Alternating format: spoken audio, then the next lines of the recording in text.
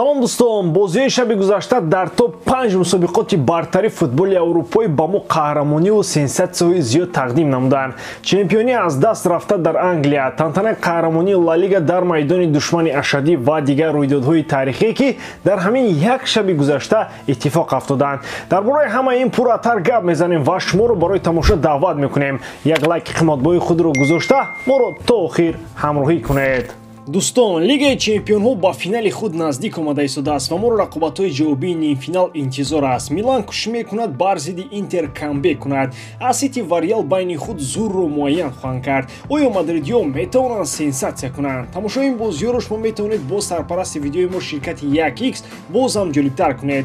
Дар он ҷо регистратсияи осон, пур кардани маблағ аз тамоми гӯшаву канори дунё, вале аз ҳам муҳим бонус то ҳаҷми $100 дар аввалин пардохт бо промокоди MG 0777 ссилкаи бозӣ дар комментарияи ин видео. Аммо бародарон, донед ки он ҷо ҷои пулкоркунӣ ҳамавақта нест. Бозӣ кунед, вале одат накунед.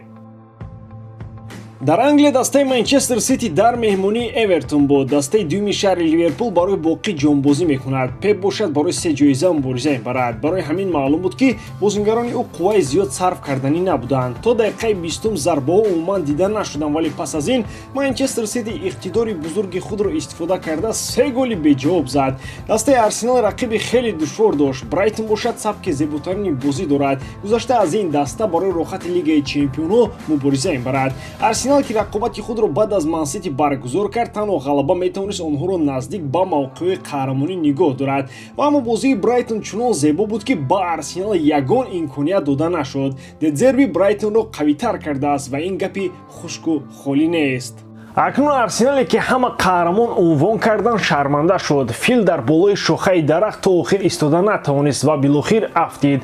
Метавонем гӯем ки Артета дастаи ҷавон дорад ва ояндаашон дурахшон аст. Вале ин гапҳо чӣ лозим? То агар то қаҳрамонӣ як қадам фосила дошта бошӣ, кӯшиш кун ва ба қаҳрамонӣ бирас. Ҳамаи гапҳои дигар танҳо барои ором кардан аст. 4 хол фарқият байни Манчестер Сити ва Арсенал имкон медиҳад ки дар бозии баъдӣ агар Сити Челсиро шикаст диҳад, қаҳрамонии худро ҷашн мегирад. Рафтем ба Испания. Расман ба кулли мухлисони Барселона қаҳрамонӣ муборак бошад. Кани ҳамон одамоне ки гӯяд Барселона қаҳрамони арзанда нест. Дар томи рафти мавсим Барса барои чемпионӣ талош кард ва ба мақсади худ расид.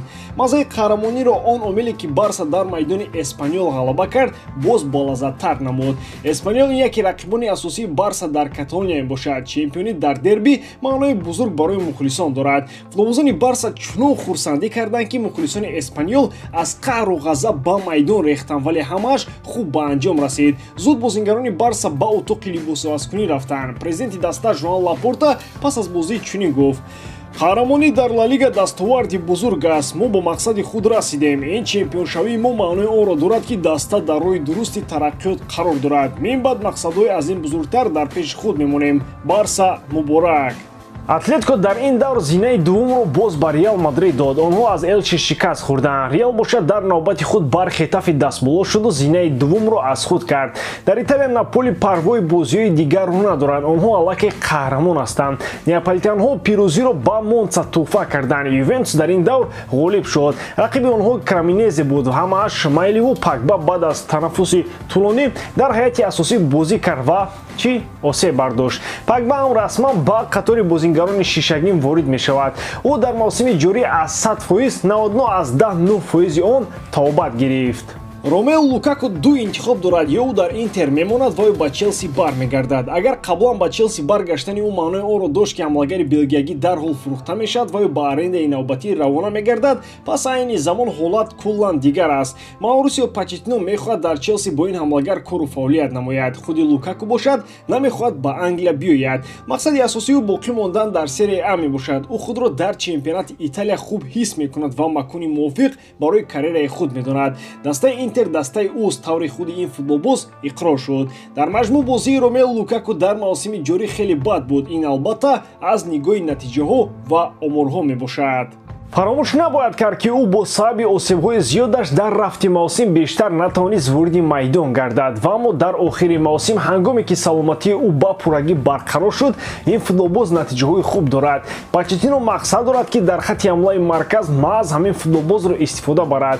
Ба андешаи ӯ қаблан дар Челси ин бозингарро дуруст истифода бурда натавонистанд. эҳтимол аст ки боз Лукакуро дар Англия бинем. Ашраф Ҳакимӣ мехоҳад ба Реал Мадрид баргардад. Шояд ин ҷо калимаи хоҳиш хато бошад ва ба ҷои он мо бояд калимаи орзуро истифода кунем. Яъне Ашраф Ҳакимӣ орзу дорад ки ба Реал Мадрид баргардад. Футболбози номбурда барои рафтан омода аст, вале ба ПСЖ ин футболбоз хеле зарур аст. Рафтани бозингари марокашӣ ба шаҳри Мадрид хеле душвор аст. Якумон ки Реал дар равзанаи наздики трансферӣ нияти ҷалб кардани Ашрафро надоранд. Ҳадафҳои асосии Реал Ҷуд Беллингем ва Килиан Мбаппе ҳастанд. Тобистони соли ҷорӣ таваҷҷӯҳ, вақт ва қувва ба ҳамин бозингарон равон ва сарф карда мешавад. Думон ки мушовири ПСЖ оид ба ҳамин масъалаҳо Луиш Кампуш дар чандин мусоҳибаҳо қайд кард ки Ашраф Ҳакимӣ фурӯхта намешавад ва ҳадди аққал то анҷоми муҳлати шартномааш ӯ футболбози ПСЖ хоҳад буд.